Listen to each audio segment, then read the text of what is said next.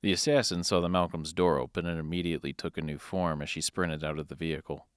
Carson's hands were violently trembling as the menacing voice, without asking, prepared a vascular cooling system.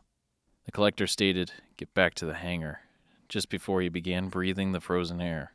His Malcolm merged back onto the marble streets and sped towards the city's coast. Karson couldn't comprehend what he'd just witnessed. That woman could become every person's desire and known associate using information it was impossible for her to have. Remembering her stated fact made Carson's body shiver. Whatever her power came from was unfathomable, or at least to the collector. Mulciber's request to Link almost interrupted Carson's thoughts, but he couldn't ignore what he saw in himself. So much pain and misery lingered behind his own eyes. The head steward would be left unanswered as the Malcolm purred to the curb of the hangar. Carson's state made him ignore the crowd exiting the elevation chamber.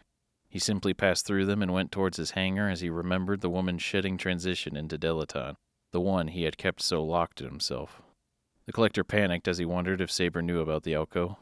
Based on his sweat, it wasn't the right time for Karson to linger on that. The Exalter was refueled and ready to take the collector to his next destination. Ideal. Karson knew little about it. He'd never been there on a contract, and his employer rarely spoke of it. Karson would have to rely on his ship's complex to find the system. The entry ramp led in the collector so he could get into his pilot's seat and get off Coensis, hopefully for a while.